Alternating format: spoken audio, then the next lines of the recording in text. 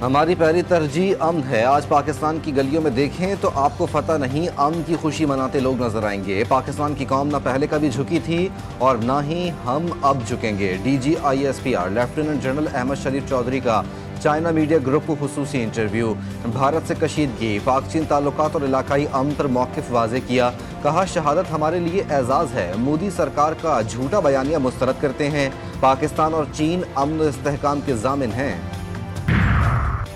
اور مودی سرکار نے آزادی صحافت کا گلا گھونٹ کر جمہوریت کا جنازہ نکال دیا۔ ذرائع کے مطابق مودی کے جنگی جنون کا ڈھونگ اور جھوٹی فتح پر آواز اٹھانے پر مودی سرکار نے گجرات سماچار نیوز چینل پر چھاپا مار کر نیوز چینل کے ڈائریکٹر بہوبلی بھائی شاہ کو گرفتار کر لیا۔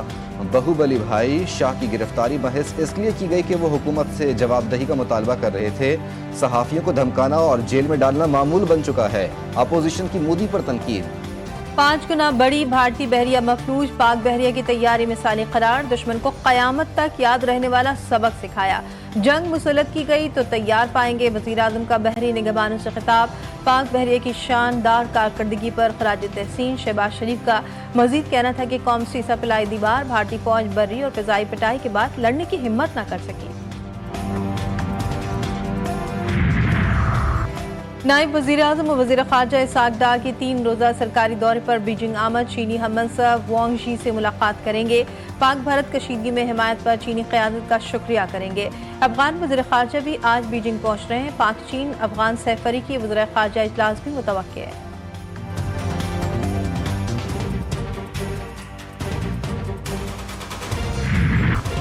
پاک چین تعلقات مزید مضبوط، دونوں اسٹریٹجک تعاون کی شراکت دار۔ ترجمان چینی وزارت خارجہ مانگ نے کہا کہ دونوں ممالک کے درمیان اعلیٰ سطح کے تبادلے اور مختلف شعبوں میں قریبی تعاون جاری ہے۔ چین پاکستانی وزیر خارجہ اسحاق ڈار کے دورے کو اہم اتفاق رائے پر مزید عمل درآمد کے موقع کے طور پر دیکھنے کا خواہاں ہے تاکہ اسٹریٹجک مواصلات اور کوارڈینیشن کو مضبوط بنایا جائے۔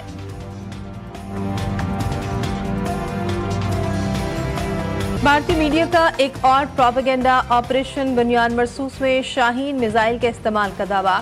بھارتی فوج کے آفیشیل ٹویٹر سے مبینہ ویڈیو کا اجرا۔ ترجمان دفتر خارجہ کے مطابق جو ہتھیار استعمال کیے اس کی فہرست 12 مئی کے اعلامیے میں موجود ہے۔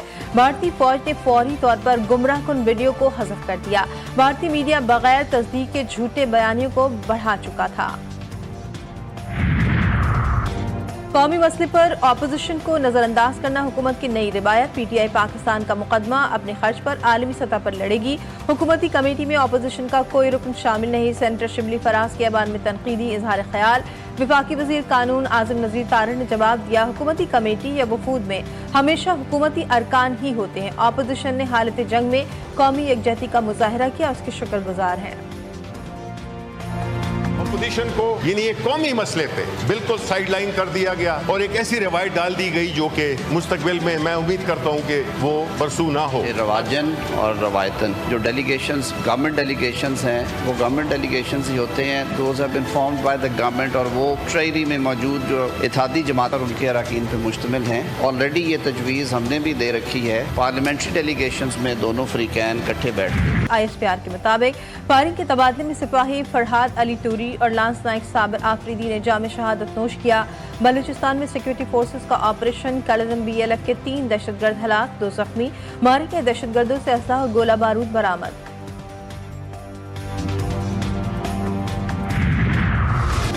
IMF سے بجٹ مذاکرات کا دوسرا مرحلہ، آمدن اور اخراجات تنخواہ دار طبقے کے لیے انکم ٹیکس کی شرح کم کرنے پر بات ہوگی۔ حکومت سالانہ 10 سے 12 لاکھ تنخواہ لینے والوں کو ٹیکس فری کرنے کی کوشش کرے گی۔ نئے بجٹ میں فائنانس بل کے ذریعے نان فائلرز کے گرد گھیرا مزید تنگ۔ FBR کا نان فائلرز کو ٹیکس نیٹ میں لانے کا پلان تیار۔ نان فائلرز 800 cc سے اوپر کی گاڑی خرید نہیں سکیں گے۔ IMF پروگرام کے تمام مقداری اہداف حاصل کر لیے۔ حکومت طویل المدتی اصلاحات کے لیے پرعزم۔ وفاقی وزیر خزانہ محمد اورنگزیب کہتے ہیں مہنگائی 0.3% تک کم، پالیسی ریٹ میں نمایاں کمی آئی ہے۔ ملک میں جاری ساختی اصلاحات اور اس کی بحالی کی بنیاد ہے۔ وزارت خزانہ ٹیم کے متحدہ عرب امارات کے 3 بینکوں سے ورچوئل مذاکرات۔ پاکستان کی ترقی اور مالی اہداف سے متعلق ورچوئل اجلاس۔